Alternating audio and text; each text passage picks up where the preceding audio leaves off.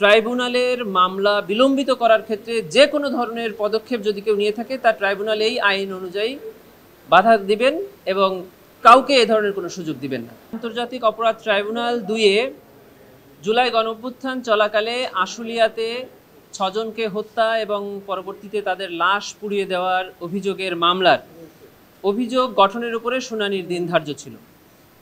এর আগে প্রসিকিউশনের পক্ষ থেকে তাদের শুনানি সমাপ্ত করা হয়েছিল। আজকে আসামি পক্ষের আইনজীবীরা তাদের এই মামলা থেকে অব্যাহতি চেয়ে তারা তাদের পক্ষে শুনানি করেছেন এবং আগামী 21 আগস্ট 2025 তারিখে এই চার্জ গঠনের উপরে আদেশের জন্য দিন ধার্য আছে। ওই দিন নির্ধারণ হবে যে আসামির বিরুদ্ধে চার্জ গঠন হবে নাকি ওনারা এই অভিযোগ থেকে অব্যাহতি পাবে। প্রসিকিউশনের পক্ষ থেকে আমরা সবসময় বলেছি যে এই মামলার oral evidence, documentary evidence, video record, audio record এবং সকল পত্রপত্রিকা, ইলেকট্রনিক্স মিডিয়ার ডকুমেন্ট যেগুলো প্রসিকিউশন ট্রাইব্যুনাল জমা দিয়েছে তাতে এই সকল আসামির বিরুদ্ধে চার্জ গঠন করা উচিত এবং চার্জ গঠন করাই আইনত দাবি রাখে।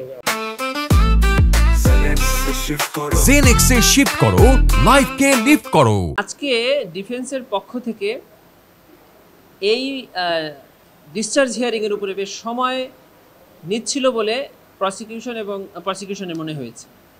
শুধু তাই নয়, ডিফেন্সের পক্ষ থেকে বেশ কয়েকটি আবেদন করা হয়েছিল যে আবেদন এই আইন বা রুলসের কোথাও উল্লেখ করা নাই এবং এই উক্ত আবেদনগুলোতে যে সকল ধারা উল্লেখ করা হয়েছে সেই ধারায় ওই আবেদন করার কোনো এখতিয়ার ডিফেন্সের নাই।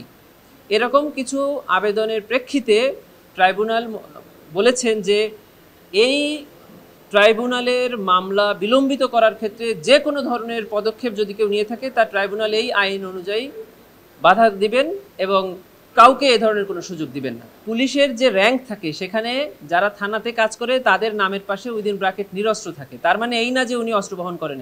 উনি অস্ত্র বহন করেছেন কিনা এটা ভিডিও ডকুমেন্টে প্রমাণিত আছে। ওনাদের রেজিস্টারে বলা আছে যে তার কাছে কি অস্ত্র ছিল না ছিল, এটা এভিডেন্সে প্রমাণ হবে। কোর্ট বারবার এটা বলছেন যে চার্জ হিয়ারিং স্টেজে দেখতে হবে যে প্রাইমে ফেসি কেস আছে কিনা। ওনারা ওনাদের ডিফেন্স কেস বলে দিয়েছেন, যেটা হলো ট্রায়াল স্টেজে বলার কথা।